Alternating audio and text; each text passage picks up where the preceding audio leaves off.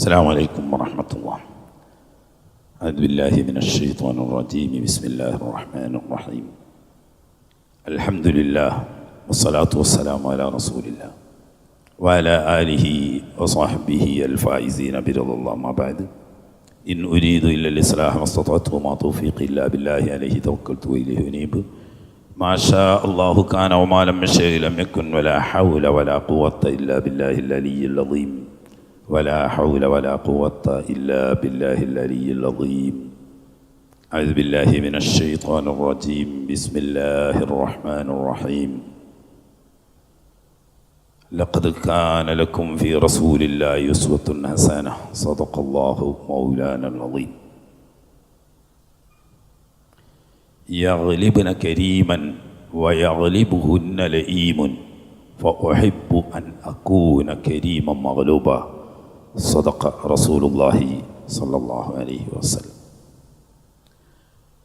പ്രിയ സഹോദരങ്ങളെ, തുടക്കത്തിൽ നാം പറഞ്ഞതിൻ്റെ ആകത്തുക ഒരു വസ്തുതയെ, ഒരു വ്യക്തിയെ അവലോകനം ചെയ്യുമ്പോൾ അതിനെപ്പറ്റി അപഗ്രഥിക്കുമ്പോൾ, വിമർശിക്കുമ്പോൾ, പഠിക്കുമ്പോൾ ഈ സംഭവത്തിൻ്റെ അല്ലെങ്കിൽ ഈ വ്യക്തിയുടെ സമൂഹം, വ്യവസ്ഥിതി, സാഹചര്യം, മതപരവും രാഷ്ട്രീയവുമായ ചുറ്റുപാട്, നിയമം, ഇതൊക്കെ പരിഗണിച്ചു കൊണ്ടായിരിക്കണം എന്നാണ് ആമുഖത്തിൽ പറഞ്ഞതിൻ്റെ ചുരുക്കം. ഒരു കാലഘട്ടത്തിൽ നിയമവിധേയമായ ഒരു സംഗതി ഒരു വ്യക്തി ചെയ്തു എന്നിരിക്കട്ടെ, പിന്നീട് സംവത്സരങ്ങൾക്ക് ശേഷം അക്കാര്യം നിയമവിരുദ്ധമായി.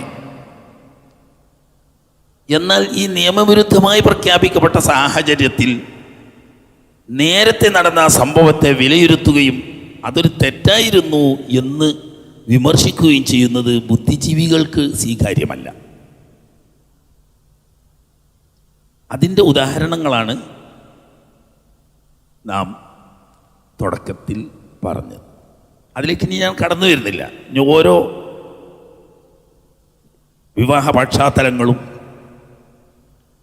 അതുമായി ബന്ധപ്പെട്ട ചെറിയ ഒരു അവലോകനവും ചരിത്ര പഠനവുമാണ് ഉദ്ദേശിക്കുന്നത്. ലോകം മുഴുക്കയും, വിശേഷിച്ച് ഉമ്മിയുകളെന്ന് ലോകം അംഗീകരിച്ച, വേദഗ്രന്ഥമില്ലാത്ത, എത്രയോ 3000-ലധികം വർഷങ്ങൾക്ക് മുമ്പ് കഴിഞ്ഞു പോയതല്ലാത്ത ആയിരക്കണക്കിന് കൊല്ലങ്ങൾക്ക് ശേഷം പ്രവാചകന്മാരുടെ സന്ദേശമില്ലാത്ത തികച്ചും ജാഹിലിയ കാലഘട്ടം. ആ കാലഘട്ടത്തിൽ തിളങ്ങി നിൽക്കുന്ന ഒരു വ്യക്തിത്വത്തെയാണ് നാം പഠന വിധേയമാക്കുന്നത്. നബുവത്തിന് മുമ്പ് തന്നെ മഹാനായ അഷ്റഫുൽ ഖൽഖ് സ്വല്ലല്ലാഹു അലൈഹി വസല്ലം തങ്ങൾക്ക് സാമ്പത്തികമായി ചെറിയ പ്രയാസങ്ങളുണ്ട് എന്നത് സത്യമാണ്. അതിൻ്റെ സാഹചര്യം നമുക്കറിയാം. പിതാവ് ജീവിച്ചിരിക്കെ പുത്രൻ മരണപ്പെട്ടാൽ അനന്തരം അടിസ്ഥാനമാക്കി സാമ്പത്തിക വ്യവസ്ഥ കെട്ടിപ്പടുത്ത ഒരു സമൂഹത്തിൽ ഈ പൗത്രന് സ്വത്തുണ്ടാവില്ല എന്നതാണ് സത്യം. ഇന്ന് നമ്മുടെ ഇടയിൽ അറിയപ്പെടുന്ന രണ്ട് വ്യവസ്ഥിതിയാണ്. ഒന്ന് ജന്മാവകാശം, മറ്റൊന്ന് അനന്തരാവകാശം. പഴയ ഹിന്ദു സമൂഹങ്ങളിലൊക്കെ ജന്മാവകാശമാണ്. അഥവാ ഒരു പിതാവിനും മാതാവിനും 10 സന്താനങ്ങൾ ജനിച്ചാൽ ഈ മാതാപിതാക്കളുടെ സ്വത്തിന് ആ 10 സന്താനങ്ങൾക്കും അവകാശമുണ്ട്. അതാണ് ജന്മാവകാശം എന്ന് പറയുന്നത്. അതേസമയത്ത് ഇസ്ലാം ഉൾക്കൊള്ളുന്ന മതവിശ്വാസികളുടെ ഇടയിൽ ഒക്കെ അനന്തരാവകാശമാണ്. അഥവാ ബാപ്പ മരണപ്പെടുന്ന സമയത്ത് ജീവിച്ചിരിക്കുന്നവർക്ക്, ഉമ്മ മരിക്കുന്ന സമയത്ത് ജീവിച്ചിരിക്കുന്നവർക്ക് അവരുടെ മരണശേഷം മാത്രമാണ് സ്വത്തിന് അവകാശം വരുന്നത്. പിതാവും മാതാവും ജീവിച്ചിരിക്കുമ്പോൾ മക്കൾക്കോ പേരമക്കൾക്കോ സ്വത്തിൻ്റെ യാതൊരു അവകാശവുമില്ല. അതുകൊണ്ടാണ് അനന്തരാവകാശം എന്ന് പറയുന്നത്. ഇസ്ലാമിൻ്റെ വ്യവസ്ഥിതിയൊക്കെ അതാണ്. ഇസ്ലാമിൻ്റെ വ്യവസ്ഥിതി മാത്രമല്ല, ജൂതമതത്തിൻ്റെയും ക്രിസ്തുമതത്തിൻ്റെയും അടിസ്ഥാന നിയമം അതാണ്. ഇപ്പോൾ ജൂതന്മാർ നസ്രാനികൾ ചില മാറ്റങ്ങളൊക്കെ കാലികമായി അവർ വരുത്തിയിട്ടുണ്ട്. മതത്തിൻ്റെ അടിസ്ഥാനത്തിൽ അങ്ങനെ തന്നെയാണ്. പിതാവോ മാതാവോ മരണപ്പെടുമ്പോൾ മാത്രമേ മക്കൾ സ്വത്തിൻ്റെ അവകാശികളായി മാറൂ. ജന്മാവകാശം ഇല്ല, മറിച്ച് അനന്തരാവകാശമാണ്. ഈ വ്യവസ്ഥിതി പഴയ കാലത്തെ ഇബ്രാഹിമി മില്ലത്തുകളിലൊക്കെ ഉണ്ട്. ഈ ഇബ്രാഹിമി മില്ലത്തിൻ്റെ പിൽക്കാലത്തുള്ള പാരമ്പര്യമാണ് അറബികളുടെ പാരമ്പര്യം. ഇബ്രാഹിമി കുടുംബത്തിലെ സംശുദ്ധമായ പാരമ്പര്യത്തിൽ അറിയപ്പെടുന്ന ആളാണ് അബ്ദുൽ മുത്തലിബ്. അബ്ദുൽ മുത്തലിബ് ജീവിച്ചിരിക്കെ പുത്രനാവുന്ന അബ്ദുള്ള എന്നവർ വഫാത്തായി. സ്വാഭാവികമായും പിന്നീട് തൻ്റെ മരണശേഷം ജനിച്ച തൻ്റെ പുത്രനാവുന്ന മഹാനായ മുഹമ്മദ് റസൂലുള്ളാഹി സ്വല്ലല്ലാഹു അലൈഹി വസല്ലം തങ്ങൾക്ക് ആ പിതാമഹൻ്റെ സ്വത്തിന് അവകാശമില്ല. കാരണം എന്തുകൊണ്ട്? അദ്ദേഹം ജീവിച്ചിരിക്കുമ്പോൾ അബ്ദുള്ള എന്നവർ വഫാത്തായി. വേറെ മക്കൾ ധാരാളം അദ്ദേഹത്തിന് ആണും പെണ്ണുമായി ജീവിച്ചിരിക്കും. അപ്പോൾ അനന്തര വ്യവസ്ഥിതി പ്രകാരം തിരുനബി സല്ലല്ലാഹു അലൈഹി വസല്ലം തങ്ങൾക്ക് അനന്തര സ്വത്തൊന്നും പിതാമഹൻ്റെത് ലഭിച്ചില്ല.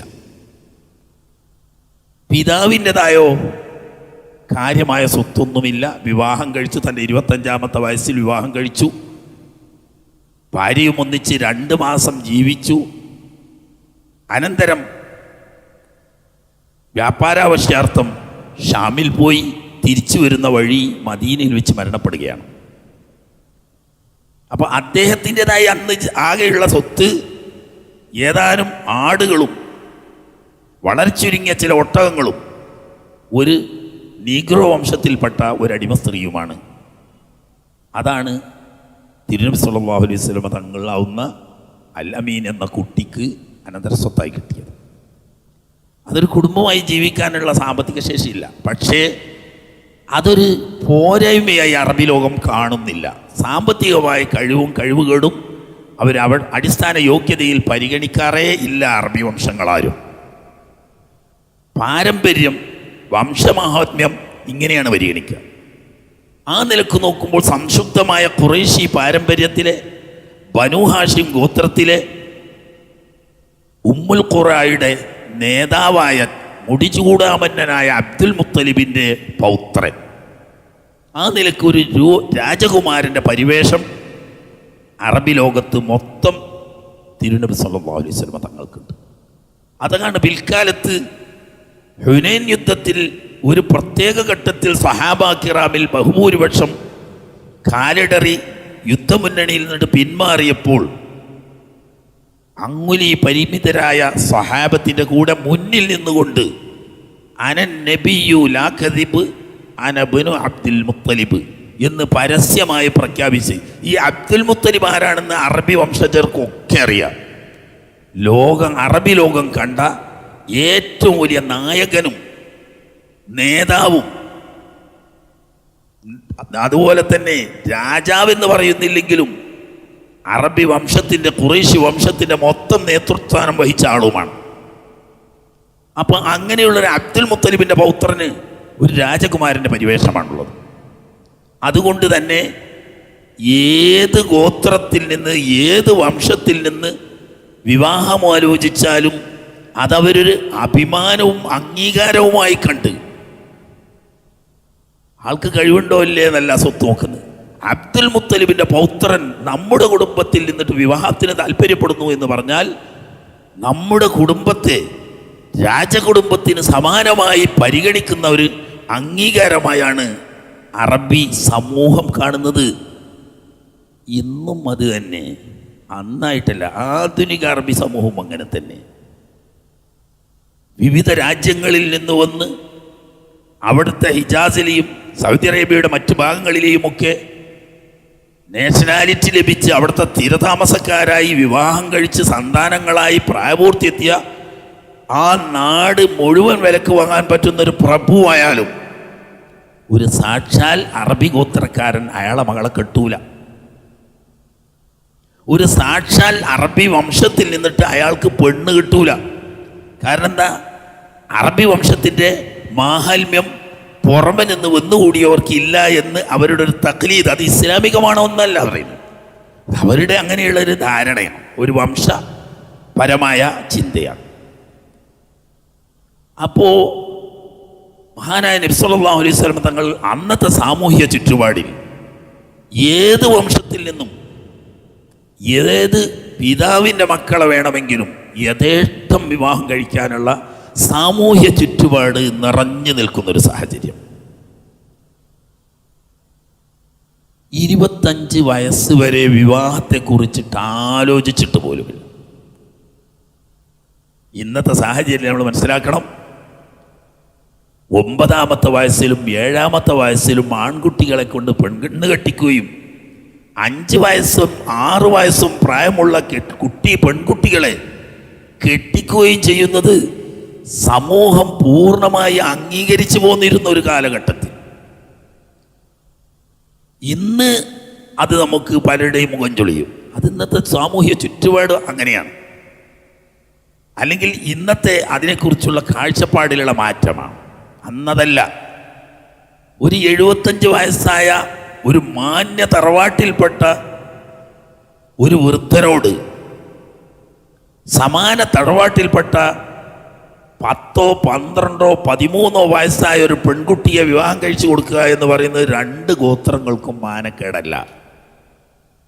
കെട്ടുന്ന പുതിയാപ്പളയുടെ തറവാടിൻ്റെ മഹിമ നോക്കി അന്തസ്സായി കാണുന്നവരാണവർ.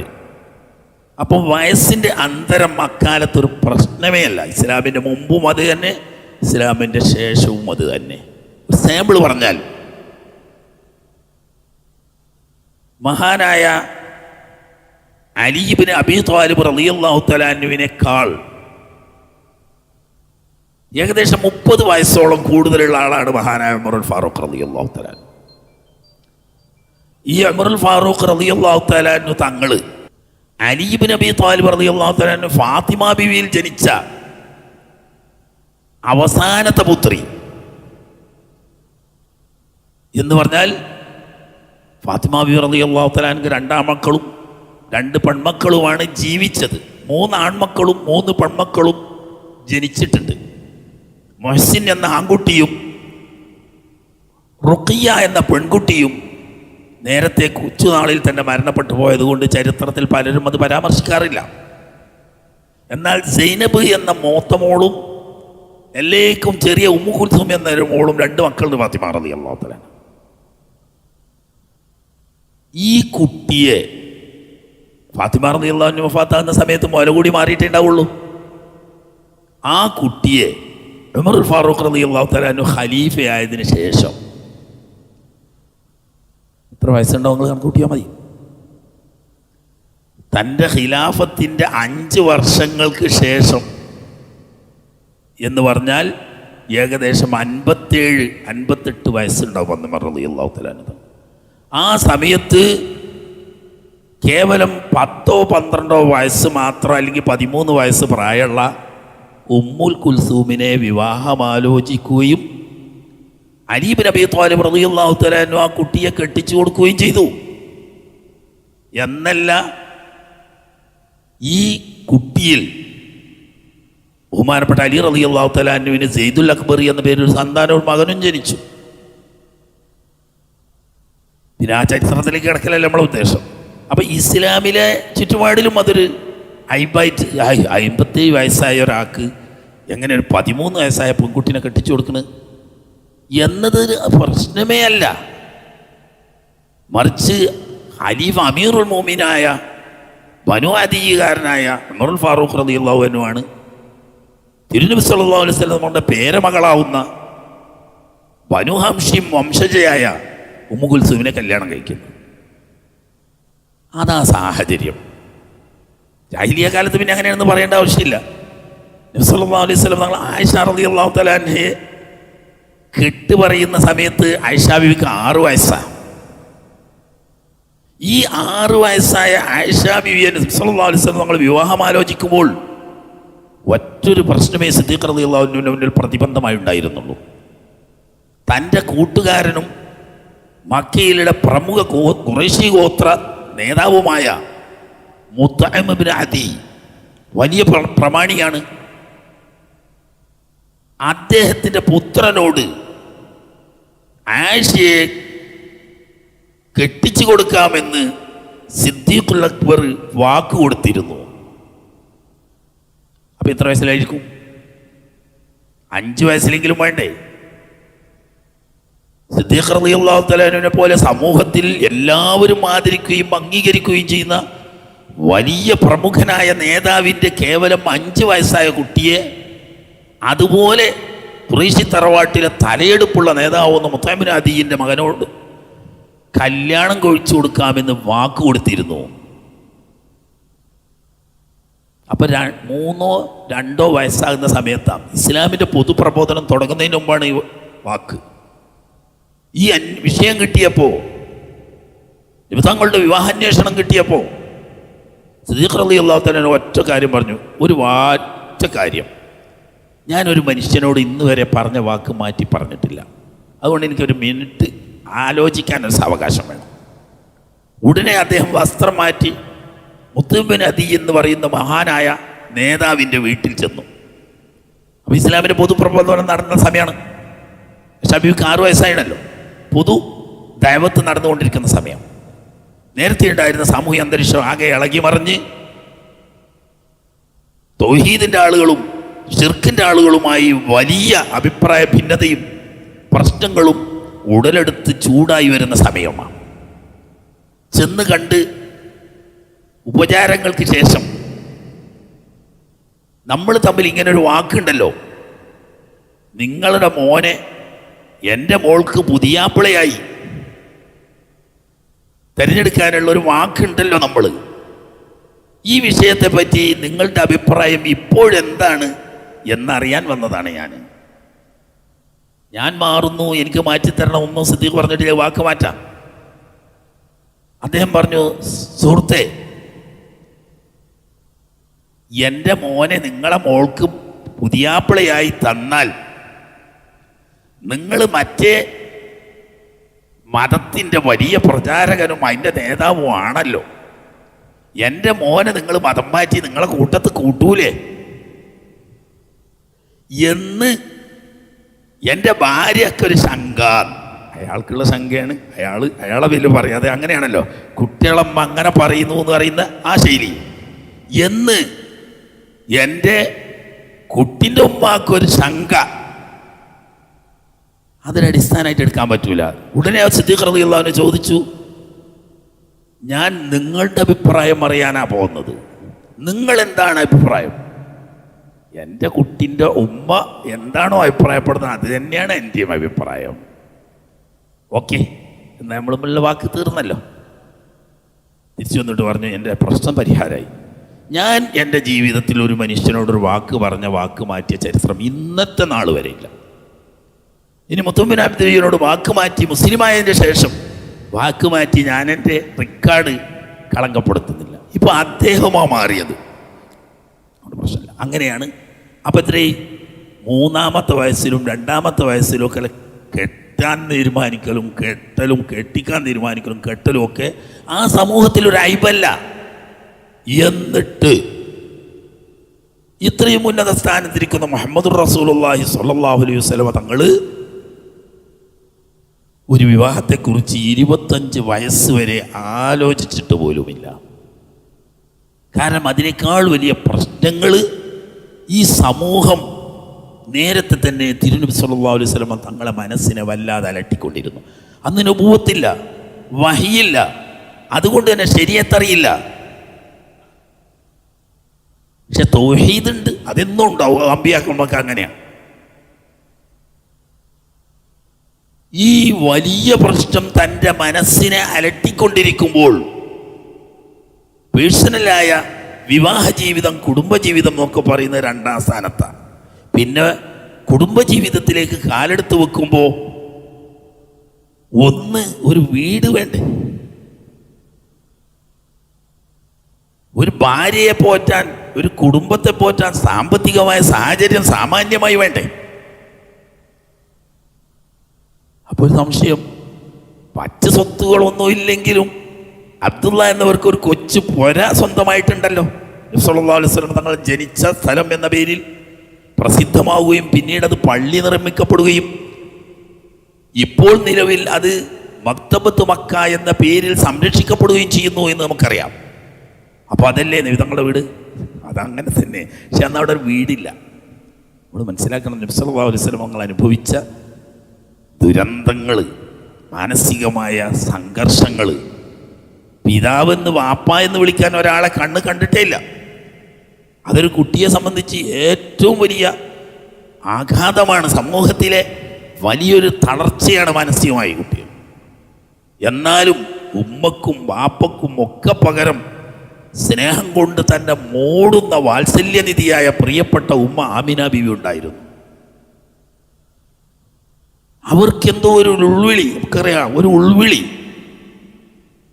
എൻ്റെ മോന് അവൻ്റെ വാപ്പയെ കണ്ടിട്ടില്ല.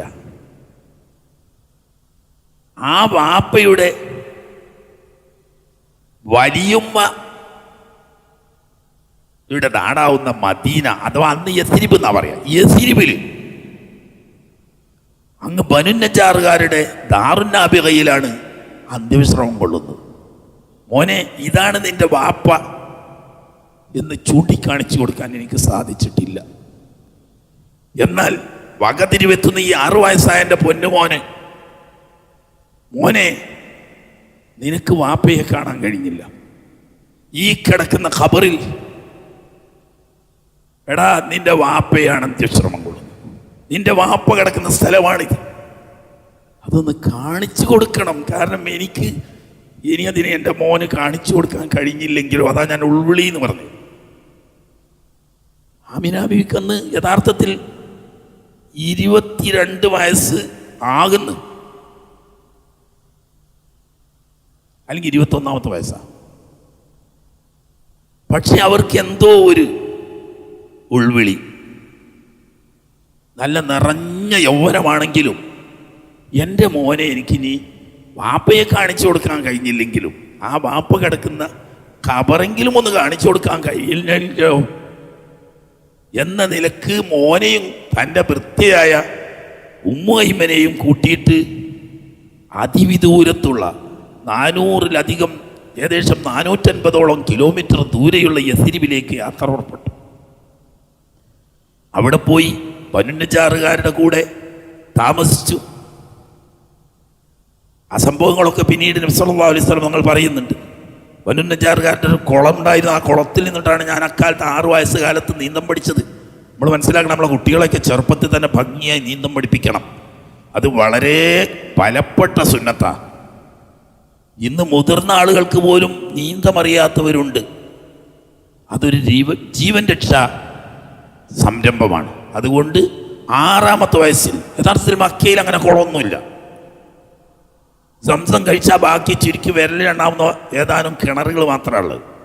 അതേസമയത്ത് സുഖമായി വെള്ളം കിട്ടുന്ന മദീനയിൽ ചെറിയ തോടുകളും കുളങ്ങളുമുണ്ട്. അങ്ങനെ ഈ കുളത്തിൽ നിന്നിട്ട് നീന്തം പഠിക്കുക മാത്രമല്ല, ദാറുന്നാബിയുടെ പരിസരത്ത് കളിച്ചുകൊണ്ടിരിക്കുമ്പോൾ ദാറുന്നാബിയുടെ മേലെ വന്നിരിക്കുന്ന പ്രാവുകളെ കൂട്ടുകാരോടൊപ്പം പ്രാവുകളെ ഓടിച്ച് പറത്തിച്ച് കളിച്ചിരുന്ന സംഭവം പിന്നീട് ഹിജ്റയ്ക്ക് ശേഷം സഹാബാക്കളോട് നബി സല്ലല്ലാഹു അലൈഹി വസല്ലം തങ്ങൾ പങ്കുവെക്കുന്നുണ്ട്. ഇതെന്തിനാ പറയുന്നത്? നബി തങ്ങളുടെ വ്യക്തിത്വത്തെ പഠിക്കാൻ നല്ലതാണ്. ലോകത്തിൻ്റെ നായകനും നേതാവുമായ ഒരു സന്ദർഭത്തിൽ രാജാവാണ്, സർവ്വസൈന്യാധിപനാണ്, ലോകത്തിൻ്റെ നായകനാണ്, അള്ളാഹുവിൻ്റെ പ്രവാചകനാണ്. തിരക്കെന്ന് പറഞ്ഞാൽ 24 മണിക്കൂറും തരും. അപ്പോഴും തൻ്റെ 6ാമത്തെ വയസ്സിൽ കുഞ്ഞുനാളിൽ ഓടിക്കളിച്ച കുട്ടികളോടൊന്നിച്ച് പക്ഷികളുടെ കൂടെ ഓടി നടന്ന, അവരെ കല്ലെടുത്തെറിഞ്ഞ് ഓടിച്ച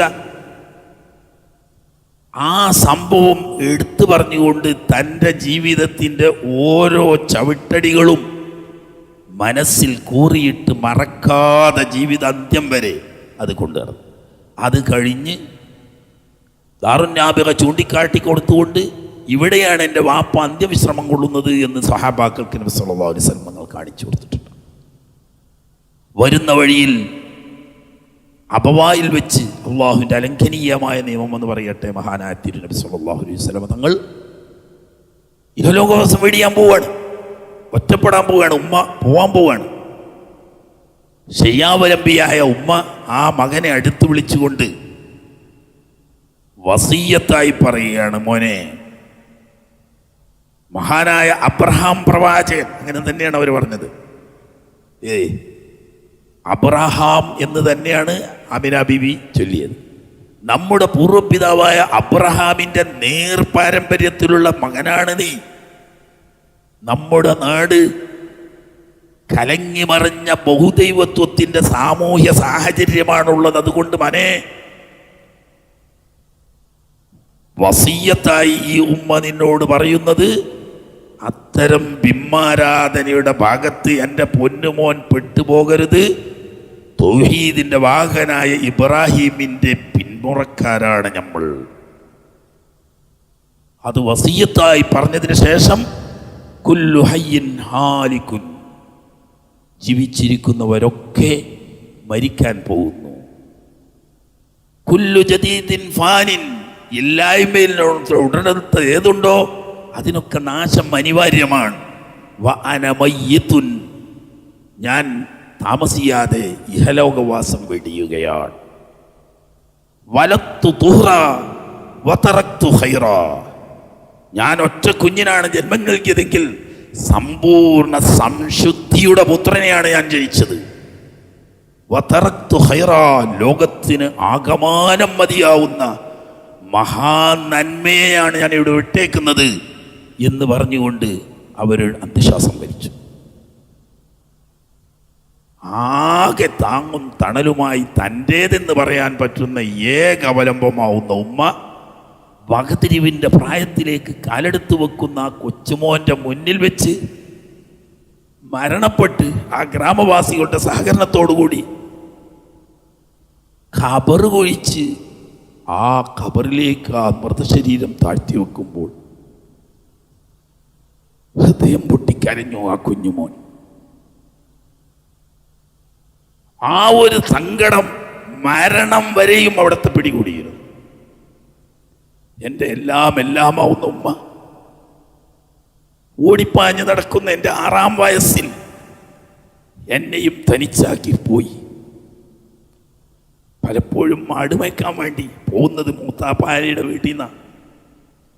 2 വർഷം പിതാമഹൻ്റെ വീട്ടിൽ താമസിച്ചു. അന്ന് ആടുമേക്കാനൊന്നും പോകേണ്ട യാതൊരു സാഹചര്യവുമില്ല. 8 വയസ്സ് മുതൽക്ക് വാപ്പ മരിച്ചു, ഉപ്പാപ്പയും മരണപ്പെട്ടു.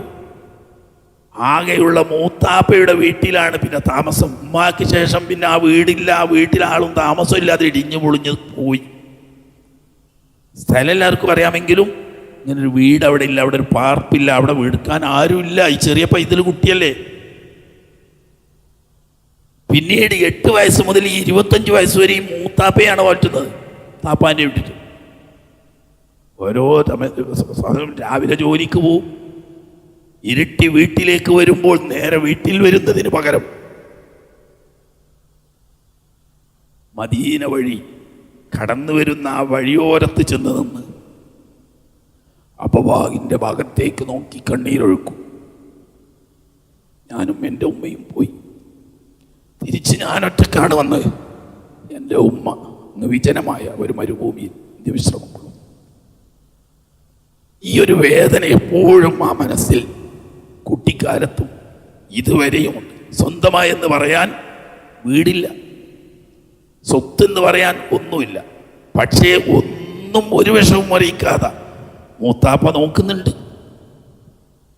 മൂത്തമ്മയാണെങ്കിലോ സ്വന്തം ഉമ്മയുടെ വാത്സല്യം പൂർണ്ണമായി ചൊരിഞ്ഞു കൊടുക്കുന്ന മൂത്തമ്മ. അതുകൊണ്ടാണ് ഫാത്തിമ ബിൻത് അസ്ദ് റളിയല്ലാഹു തആല അൻഹ മദീനയിൽ വെച്ച് വഫാത്തായി. ലോകത്ത് മറ്റൊരു മഹദിക്കും ലഭിക്കാത്ത വലിയൊരു ഭാഗ്യം ഖബറ് അടിഭാഗം നബി സല്ലല്ലാഹു അലൈഹി വസല്ലം തങ്ങൾ തന്നെ കുഴിക്കാൻ സഹായിച്ചു. മയ്യത്ത് താഴെ ഇറക്കി വെക്കുന്നതിന് മുമ്പ് ആ ഖബറിൽ ഇറങ്ങിക്കിടന്നു. വേറൊരാൾക്കും നബി സല്ലല്ലാഹു അലൈഹി വസല്ലം തങ്ങളുടെ ജീവിതത്തിൽ അങ്ങനെ ഒന്നും ഉണ്ടായിട്ടില്ല. ഖബറിലിടങ്ങി നബി സല്ലല്ലാഹു അലൈഹി വസല്ലം തങ്ങൾ കിടന്നു. കിടന്നിട്ട് പ്രാർത്ഥിക്കുകയാണ്, പടച്ചവനെ, ഈ ഖബറിലേക്ക് വരാൻ പോകുന്നത് ഉമ്മി ബഅദ ഉമ്മി, അല്ലാഹുമ്മ ഗ്ഫിർ ലി ഉമ്മി ബഅദ ഉമ്മി ഫാത്തിമ ബിൻത് അസദ്. എൻ്റെ ഉമ്മ ആമിന ബീവി പോയിട്ട് എനിക്ക് താങ്ങും തണലുമായി സ്നേഹവും വാത്സല്യവും നൽകിയ എൻ്റെ പൊന്നുമാതാവ് മൂത്തമ്മ, അവരാണ് വരുന്നത്. അവരെ ഖബറിൻ്റെ ഇടുക്കത്തെ തൊട്ടും ഖബറിലുള്ള അദാബിനെ തൊട്ടും നിന്റെ ഹബീബായ എൻ്റെ ഹക്ക് കൊണ്ടും വല്ലംബിയായില്ലദീന മിൻ ഖബ്ലി, എൻ്റെ മുമ്പ് കഴിഞ്ഞു പോയ മഹത്തുക്കളായ അമ്പിയാക്കളുടെ ഹക്ക് കൊണ്ടും എൻ്റെ ഉമ്മയാവുന്ന ഈ ഫാത്തിമ ബിൻത് അസദിനെ ഖബറിലുള്ളയും അനന്തരമുള്ളയും എല്ലാ ശിക്ഷകളിൽ നിന്നിട്ടും കുടുക്കിൽ നിന്നിട്ടും നീ രക്ഷപ്പെടുത്തണമെന്ന് ദുആ ചെയ്ത് അവിടുത്തെ ഷറഫാക്കപ്പെട്ട കൈകൊണ്ടാണ് ആ ഉമ്മയുടെ മയ്യത്ത് ആ ഖബറിൽ വെച്ചത്. അങ്ങനെ ഒരു ഭാഗ്യം മറ്റൊരു സ്ത്രീക്കും ലഭിച്ചിട്ടില്ല. അങ്ങനെ ഉമ്മയുടെ സ്ഥാനത്ത് മരണം വരെ ഫാത്തിമ ബിൻത് അസദ്, ആ ഫാത്തിമ ബിൻത് അസദിൻ്റെ മകനാവുന്ന അലി റളിയല്ലാഹു അൻഹുവിനോടാണ് അവസാനം ഫാത്തിമ ബീവിയെ കല്യാണം കഴിച്ചു കൊടുക്കുന്നത്. നബി തങ്ങൾ സ്വന്തം ഉമ്മയായി കാണുന്ന ഈ ഫാത്തിമ ബിൻത് അസദിൻ്റെ ഖിദ്മത്തിന് വേണ്ടി കൂടിയാണ് മഹാനായ അലി റളിയല്ലാഹു തആല അൻഹുവിനോട് ഫാത്തിമ റളിയല്ലാഹു തആല അൻഹയെ കല്യാണം കഴിച്ചു കൊടുത്തത്. ആ ഭാഗം പോട്ടെ. അങ്ങനെ മൂത്തമ്മയുടെയും മൂത്താപ്പയുടെയും കൂടെ ജീവിക്കുന്നു എന്നല്ലാതെ സ്വന്തമായി പറയാനൊന്നും ഇല്ലാത്ത സമയത്ത് അന്നത്തെ പ്രധാന തൊഴിൽ കച്ചവടമാണല്ലോ. മക്കകടുത്ത് കൃഷിയൊന്നുമില്ല, കൃഷിയോഗ്യമല്ലായിരുന്നു ആ മക്ക. അതുകൊണ്ട് തന്നെ അവർ വ്യാപാരികളാണ്. ഇറക്കുമതി കയറ്റുമതി വ്യാപാരം. വിദേശ രാജ്യങ്ങളിൽ നിന്നിട്ട് ചരക്കുകൾ അവിടെ വരും. ഇവിടെ നിന്ന് ശേഖരിച്ച ചരക്കുകൾ വിദേശത്ത് തിരിച്ചു കൊണ്ടുപോയി വെക്കും. ഇതിൽ ഭാഗഭാക്കാവുന്നവരാണ് ഖുറൈശികൾ. അങ്ങനെ വ്യാപാരത്തിൽ പങ്കെടുക്കണമെങ്കിൽ പണം വേണ്ടേ? അങ്ങനെ മഹാനായ അൽ അമീൻ്റെ വിശ്വസ്തയും സത്യസന്ധതയും മനസ്സിലാക്കിയ ഹുവൈലിദിൻ്റെ പുത്രി, 3 പ്രമുഖ പുത്രിമാരുണ്ട് അവർക്ക്. അതിൽ മൂത്ത പുത്രി, അവർ ചെറിയ കച്ചവടങ്ങളൊക്കെ അവർ നടത്താറുണ്ട്. ഈ സ്ത്രീകൾ കച്ചവടം നടത്താറുമ്പോൾ ഇന്ന് നമ്മൾ വിചാരിക്കും പോലെ സ്ത്രീകൾ ഷോപ്പ് നടത്തുക എന്നല്ല, മറിച്ച് കുലീന വനിതകൾ, വലിയ തറവാടികളായ വനിതകൾ പണം മുടക്കി യോഗ്യരായ കഴിവുള്ള പുരുഷന്മാരുമായി കരാറിലേർപ്പെടും.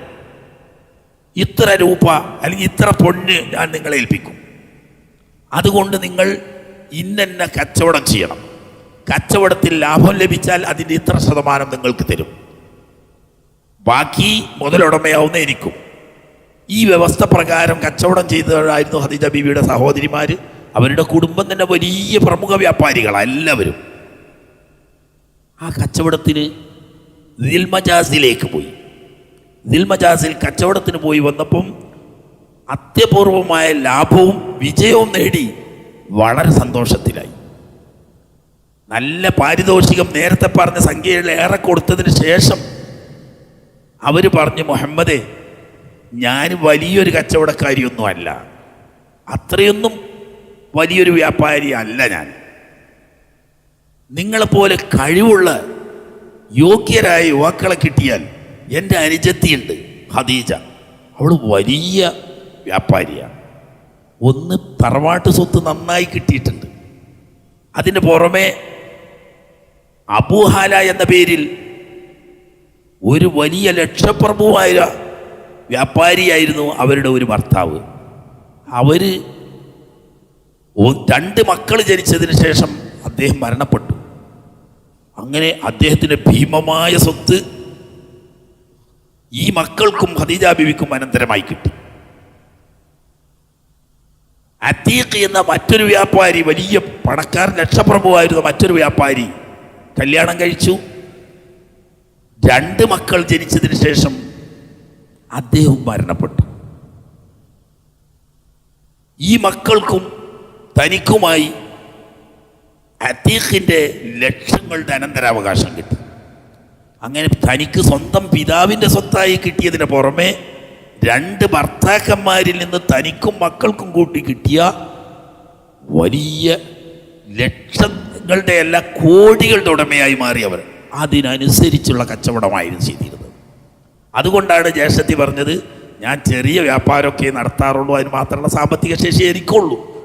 പക്ഷേ എൻ്റെ അനുജത്തി അവർ വലിയ വ്യാപാരിയാണ്. നിങ്ങളെപ്പോലെയുള്ള യോഗ്യരായ ആളുകൾ ആ വ്യാപാരത്തിന് സഹായിച്ചു കൊടുത്താൽ നിങ്ങൾക്കും അതുകൊണ്ട് നേട്ടമാണ്, അവൾക്കും അതുകൊണ്ട് നേട്ടമാണ്. നിങ്ങൾ അറിഞ്ഞാൽ അബ്ദുൽ മുത്തലിബിൻ്റെ പേരമകനാണ്, അൽ അമീനാണെന്ന് എല്ലാവർക്കും അറിയാം. നിങ്ങൾ സന്നദ്ധനാവുകയാണെങ്കിൽ അവരോട് ഞാൻ ഇക്കാര്യം ഉണർത്താം, എങ്കിൽ നിങ്ങൾക്കും കാര്യമാണ്, അവർക്കും കാര്യമാണല്ലോ. അപ്പം ഈ സമയത്ത് ഖദീജ ബീവി 2 ഭർത്താക്കന്മാർ മരണപ്പെട്ട് 4 മക്കളായി, ധാരാളം വ്യാപാരവും തിരക്കുമായി. ഈ സാഹചര്യത്തിൽ ഒരുപാട് ഗോത്രത്തലവന്മാർ, പ്രമുഖന്മാർ, വലിയ പണക്കാർ, വലിയ ഗോത്രക്കാരെല്ലാം വിവാഹം അന്വേഷിച്ചിട്ട് അറുത്ത് മുറിച്ച് എനിക്കിനി വിവാഹം വേണ്ട,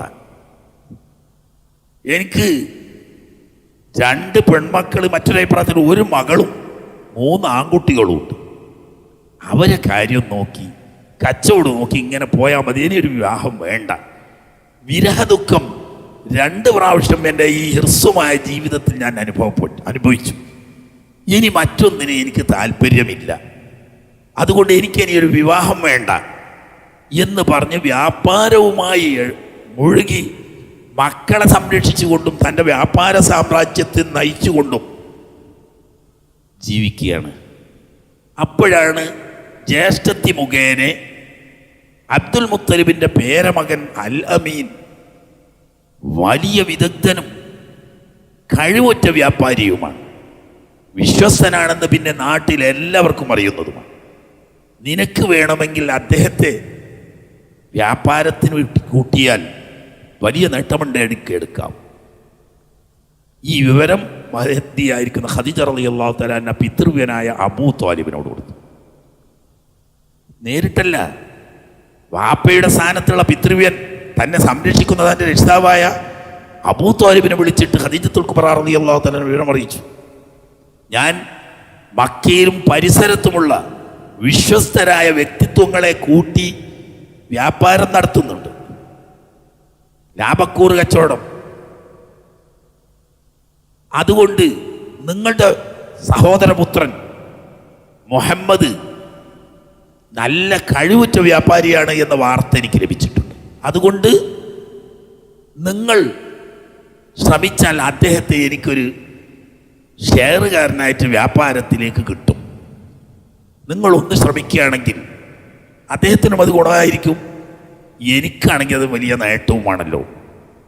ഈ വിവരം അബൂ ത്വാലിബ് മഹാനായ ഹബീബ് അഷ്റഫുൽ ഖൽഖ് സല്ലല്ലാഹു അലൈഹി വസല്ലം അന്ന് നബിയായിട്ടില്ല, വിളിച്ചു വരുത്തി പറഞ്ഞു, മോനെ, നമ്മൾ സാമ്പത്തികമായി വലിയൊരു പ്രയാസത്തിലാണ്, ഒരുപാട് ചെലവും അതോടുകൂടി വരുമാനത്തിൻ്റെ കുറവും, എനിക്കാണെങ്കിൽ വാർദ്ധക്യവും വയസ്സും പ്രയാസവുമായതുകൊണ്ട് വ്യാപാരത്തിനൊന്നും പോകാൻ പറ്റാത്തൊരു സാഹചര്യവുമായല്ലോ.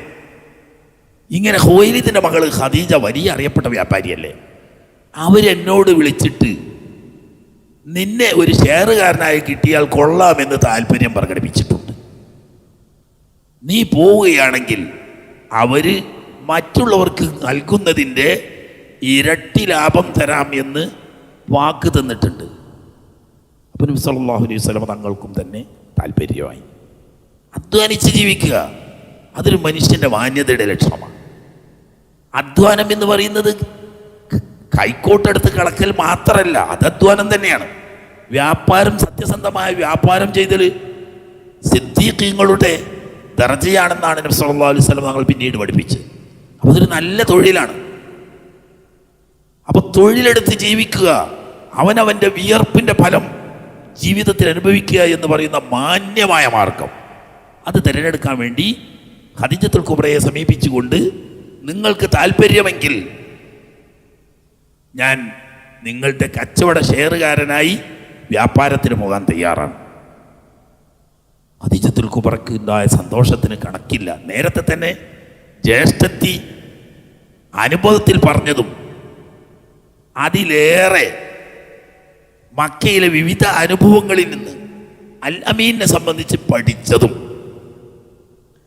രണ്ട് നിലക്ക് മഹദിയായ ഖദീജയ്ക്ക് പ്രചോദനമാകുന്നുണ്ട്. ഒന്ന്, മക്കയിൽ വളരെ അപൂർവം ചില ഏകദൈവ വിശ്വാസികൾ ഉണ്ടായിരുന്നു. ഷിർക്ക് വ്യാപകമായി എന്ന് പറഞ്ഞാൽ ഒറ്റ ആളില്ലാതെ മുശ്രിക്കായി എന്നല്ല, ഷിർക്ക് വ്യാപകമായി പ്രചരിച്ചപ്പോൾ തൗഹീദ് ഒറ്റപ്പെട്ട് അപ്രത്യക്ഷമായി എന്നാണ് അതിനർത്ഥം, ഇല്ല എന്നല്ല. അതിൽ പ്രമുഖരായിരുന്ന വറഖത്ത് ഇബ്നു നൗഫൽ, അദ്ദേഹം ജൂതമതത്തെ പറ്റിയും നസാറ മതത്തെ പറ്റിയും ആധികാരികമായി പഠിക്കുകയും സത്യക്രിസ്ത്യാനിയായ നസ്രാനിയുമായിരുന്നു. അദ്ദേഹം തൗറാത്തും ഇഞ്ചീലും അറിയുമായിരുന്നു. അറബിയിലേക്ക് തൗറാത്തും ഇഞ്ചീലും പരിഭാഷപ്പെടുത്തിയ ആളുമാണ് അദ്ദേഹം. അദ്ദേഹം നല്ല 1 നമ്പർ ശുദ്ധ മുവഹിദായിരുന്നു. അക്കൂട്ടത്തിൽ അദ്ദേഹത്തിൻ്റെ അടുത്ത് നിന്ന് തൻ്റെ സ്വന്തം പിതാവിൻ്റെ സഹോദര പുത്രനാണ് വറഖത്ത് ഇബ്നു നൗഫൽ. ഇദ്ദേഹം പഠിപ്പിക്കുന്ന ദീനിനെക്കുറിച്ചും തൗഹീദിനെക്കുറിച്ചും ധാരാളം കേട്ട് മനസ്സിലാക്കുകയും പ്രതീക്ഷിക്കപ്പെടുന്ന ഒരു പ്രവാചകനെക്കുറിച്ചുള്ള സുവിശേഷം വിശ്വാസയോഗ്യമായ പല ഭാഗത്തു നിന്ന് ലഭിക്കുകയും ചെയ്തതുകൊണ്ട് ഒരു പ്രവാചകന്റെ ആഗമനം വളരെ സമീപിച്ചിരിക്കുന്നു എന്ന് അത് പ്രതീക്ഷയോടുകൂടി അന്ന് അവിടെ ഉണ്ടായിരുന്ന മുവഹിദുകൾ കാത്തിരിക്കുന്ന സമയമാണ്. അങ്ങനെ മുവഹിദായ വറഖത്ത് ഇബ്നു നൗഫലിൽ നിന്നിട്ട് പഠിച്ച് മുവഹിദത്തായി ജീവിച്ചിരുന്ന ഖദീജ മറ്റേ ഇബാദത്തൊന്നും അറിയില്ല, ശരീഅത്തൊന്നും അറിയില്ല. പക്ഷെ ഇബ്രാഹിമി മില്ലത്തനുസരിച്ച് ഈ ലോകം പടച്ചു പോറ്റുന്ന ഈ കഅബയുടെ യജമാനനാവുന്ന റബ്ബ് അവൻ മാത്രമേ ഇലാഹുള്ളൂ. ആ ഇലാഹിന്റെ പ്രവാചകന്മാർ ദിവ്യ സജേഷമായി ലോകത്ത് വരാറുണ്ട്. അന്ത്യപ്രവാചകൻ സമീപകാലത്ത് ഈ കഅബയുടെ പരിസരത്ത് വരും. അദ്ദേഹത്തിന് ഇന്ന ഗുണവിശേഷങ്ങളൊക്കെ ഉണ്ടാകും. സമീപകാലത്ത് ഒരു ജൂത പണ്ഡിതന്റെ പ്രഭാഷണം ഖദീജ കേൾക്കുകയും ചെയ്തിരുന്നു. തലേ പാഠത്തിൽ നമ്മൾ പറഞ്ഞ പോലെ വർഷത്തിലൊരിക്കൽ ഉണ്ടാകുന്ന ഉത്സവത്തിൽ, ഒരു ഉത്സവത്തിന് പോയ കൂട്ടത്തിൽ ഒരു പ്രായം ചെന്ന ഒരു ജൂത പണ്ഡിതൻ ഈ സ്ത്രീകളെ, ഖുറൈശി വനിതകളെ കൂടെ കണ്ടപ്പോൾ അവരെ വിളിച്ചെടുത്തിട്ട് പറഞ്ഞു, ഓ ഖുറൈശി വനിതകളെ,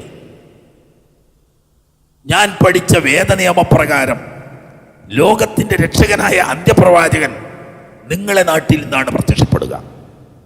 അദ്ദേഹത്തിൻ്റെ ആഗമനം സമീപിച്ചിരിക്കുന്നു, വെളിപ്പാട് അകലെ എത്തിയിരിക്കുന്നു അദ്ദേഹത്തിൻ്റെ ആഗമനം. അതുകൊണ്ട് എനിക്ക് പറയാനുള്ളത്, ഉന്നതകളായ ഖുറൈശി തറവാടിൽപ്പെട്ട സ്ത്രീകളാവുന്ന നിങ്ങളിൽ അദ്ദേഹത്തിന് പത്നിയാകാൻ സൗഭാഗ്യമാർക്കെങ്കിലും ലഭിച്ചാൽ അവർ 2 ലോകവും വിജയിച്ച ലോകത്തിൻ്റെ മാതൃകാ വനിതയായിത്തീരും. അത് കേട്ടപ്പോൾ ചില സ്ത്രീകൾ ഇയാളെ കല്ലെടുത്തെറിഞ്ഞു.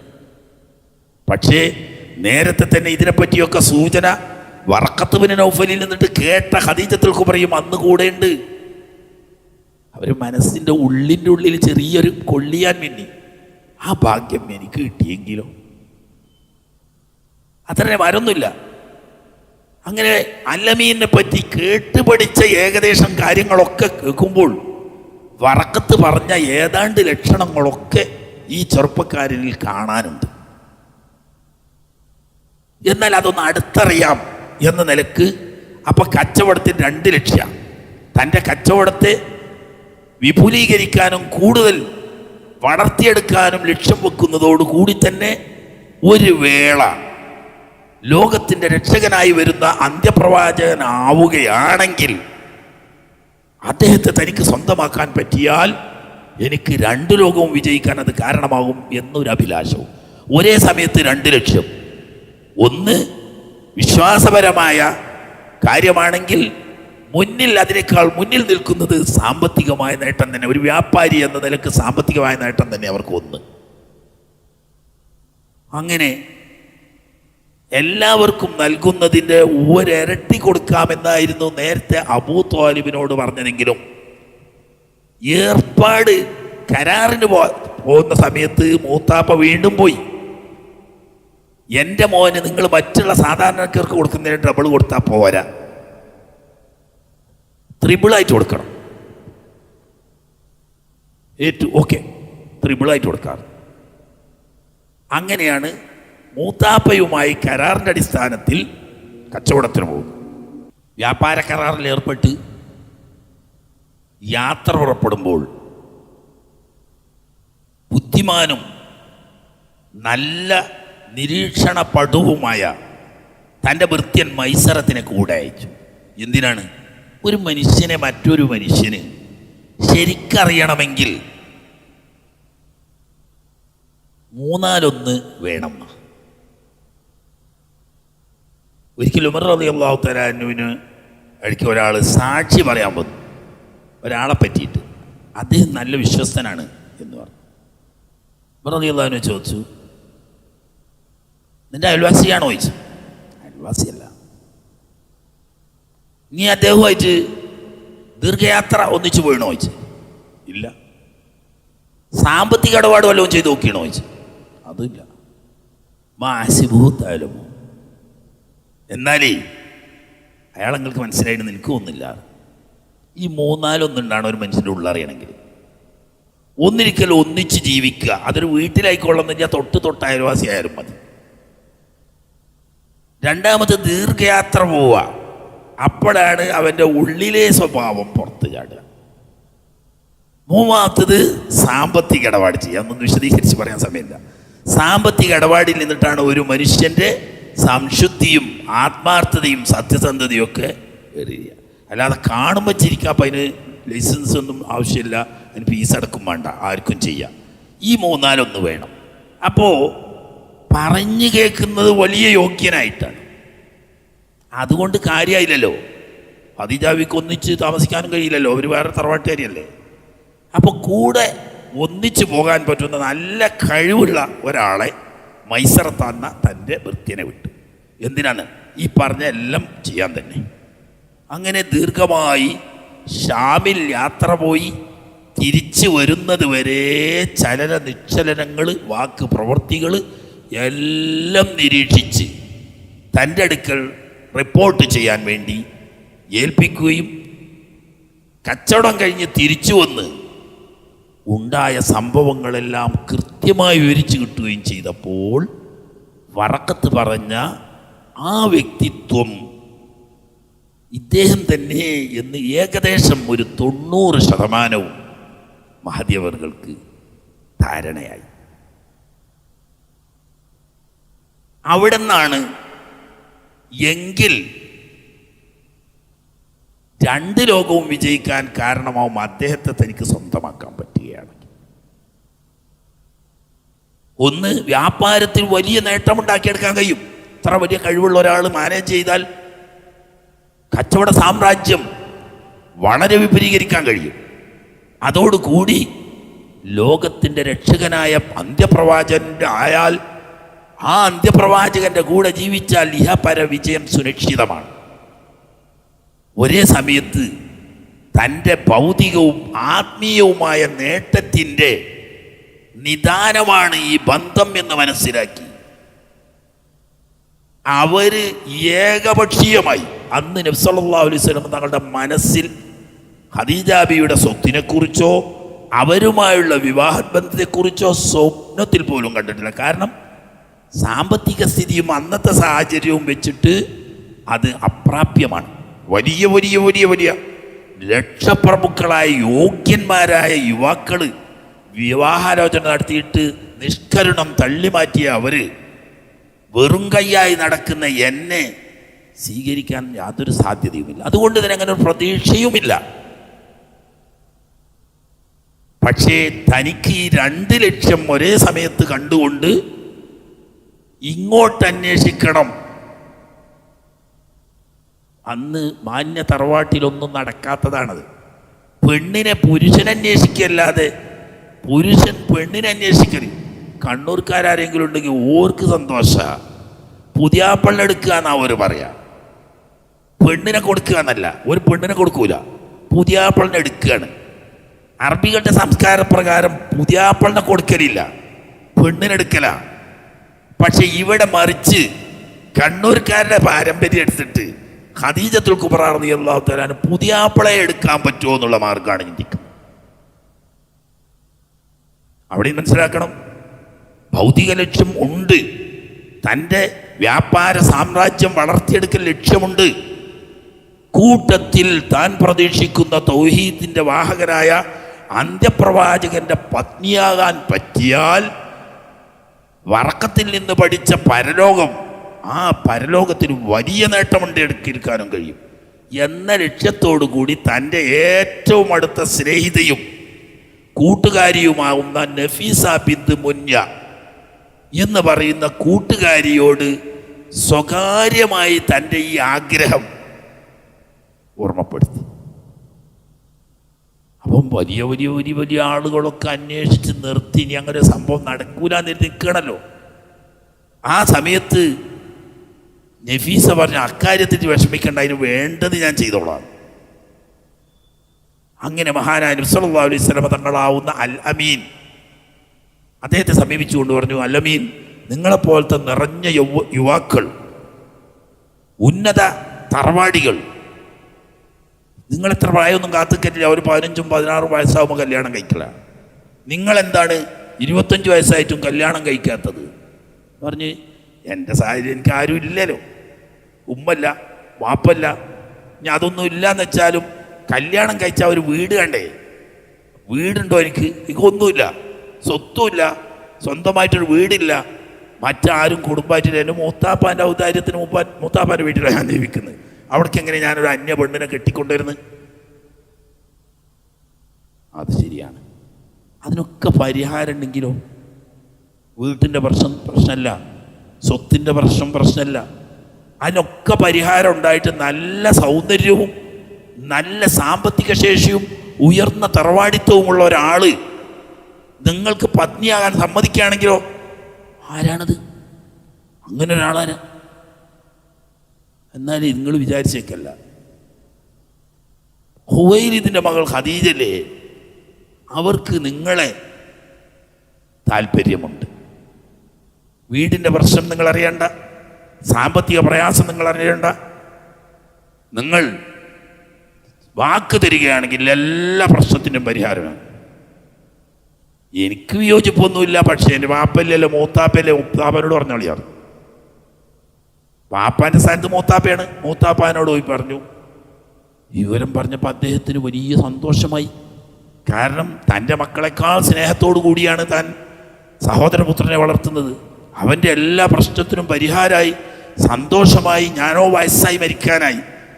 എന്നാൽ അവൻ സന്തോഷമായി ജീവിക്കുന്നത് കണ്ട സന്തോഷത്തോടു കൂടി എനിക്ക് കണ്ണടക്കാമല്ലോ.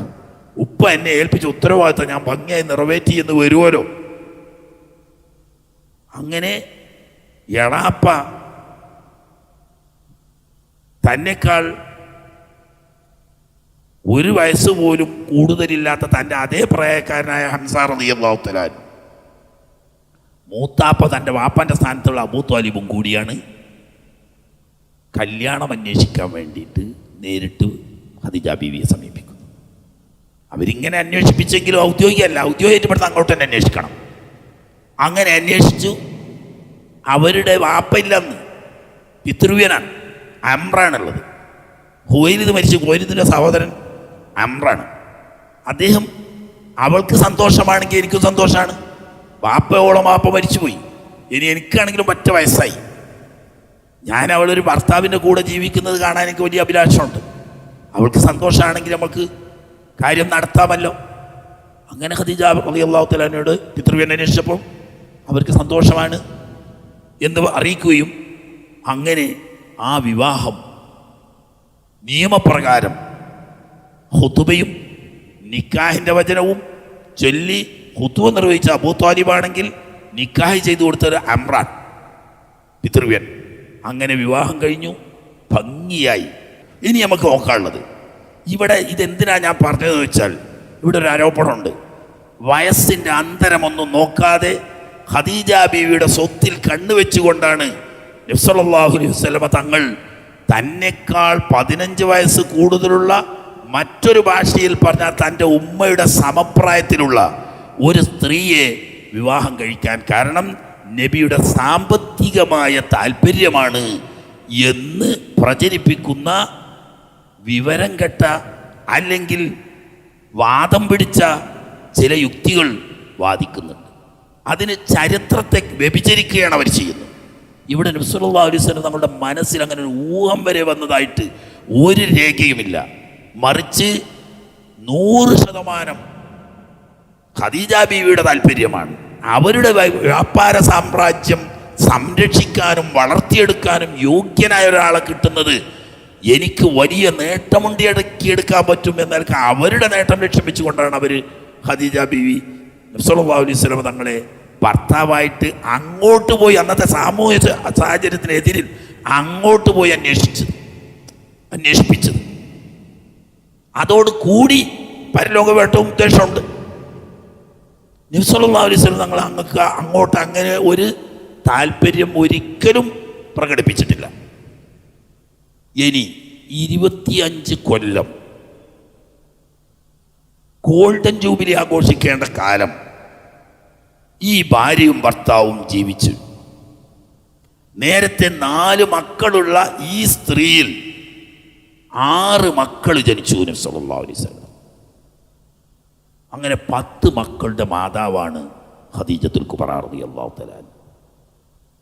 അപ്പോൾ ഈ 15 വയസ്സിൻ്റെ അന്തരം അവരുടെ കുടുംബജീവിതത്തെ ഒരിക്കലും അലോസരപ്പെടുത്തിയിട്ടില്ല. 6 മക്കൾ പിന്നെ ജനിച്ചു. സാധാരണ ഇപ്പോൾ 40 വയസ്സായ ഒരു സ്ത്രീ പ്രസവിക്കൽ സാധാരണഗതിയിൽ കുറവാണല്ലോ. പക്ഷേ ഈ 40 വയസ്സ് കഴിഞ്ഞതിന് ശേഷം 6 മക്കൾക്ക് ജന്മം കൊടുത്തു അവർ.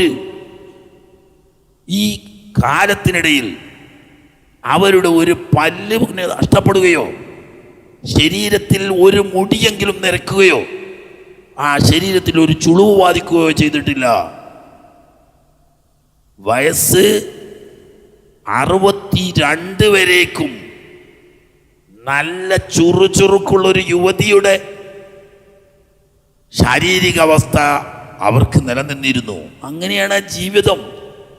ജനിക്കുമ്പോൾ തന്നെ വെള്ളിക്കരണ്ടിയുമായി ജനിച്ച ആളാണ് എന്ന് പറഞ്ഞാൽ കോടികളുടെ ഉടമകളാവുന്ന ഖുവൈലിദ് കുടുംബത്തിലാണ് ജനിച്ചു വീണത്.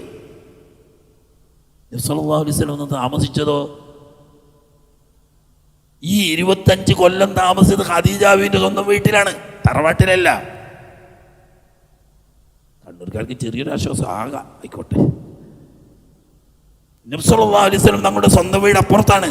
ഇന്നും പോയാൽ കാണുമല്ലോ, വക്തത്വത്തെ അപ്പുറത്താണ്. അവിടെ പിന്നെ നബി തങ്ങൾ ജീവിച്ചിട്ടില്ല. ഈ 25 കൊല്ലം ഒന്നിച്ച് ജീവിച്ചത് ബാബുസലാമിലൂടെ ഇറങ്ങി വന്നാൽ വിശാലമായി ഇന്ന് മുറ്റമാക്കിയിട്ട് ആ സ്ഥലത്ത് ബാബുസലാമിൽ നിന്നിട്ട് ഇറങ്ങുമ്പോൾ കാണുന്ന 1ാമത്തെ വളക്കുകാലുണ്ട്.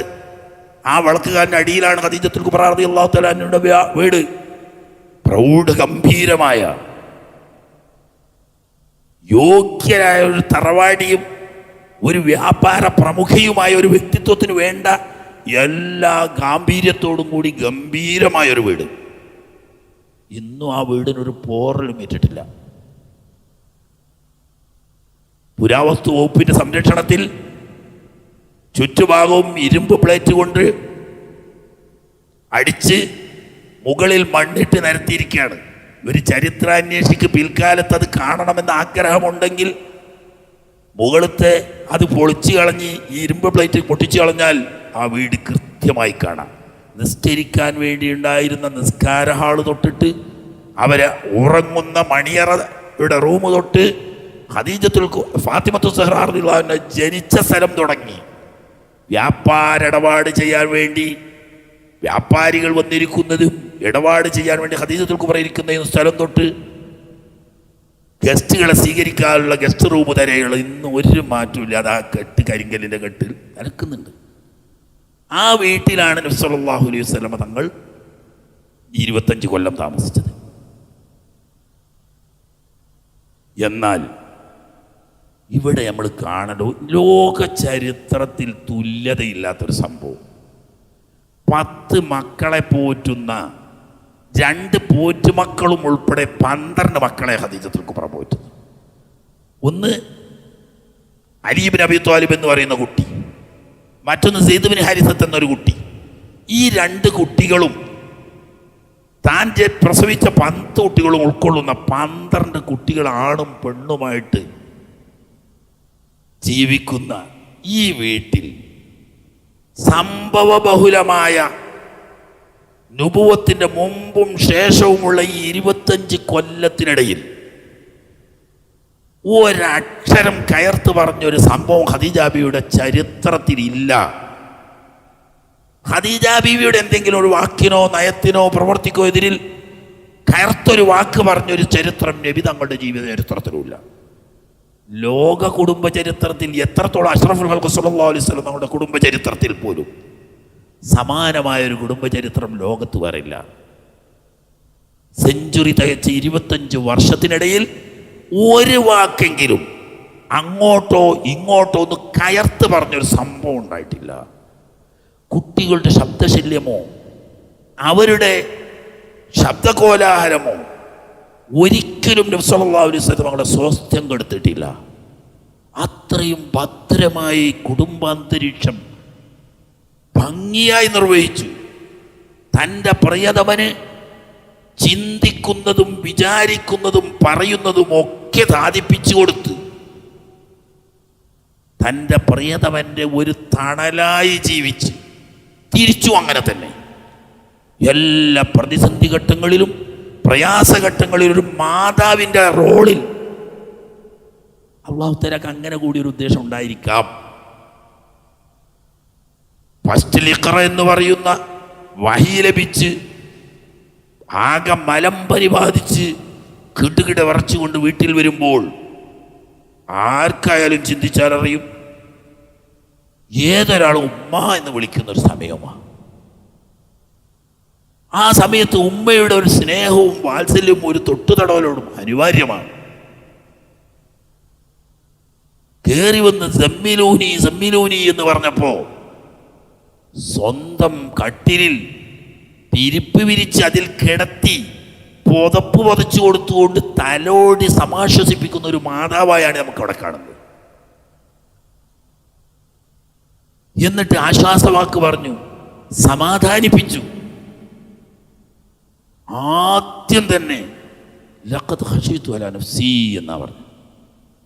ഞാൻ എന്തോ അപകടപ്പെടാൻ പോകുന്നു എന്നാണ് ഭയപ്പെടുന്നത്.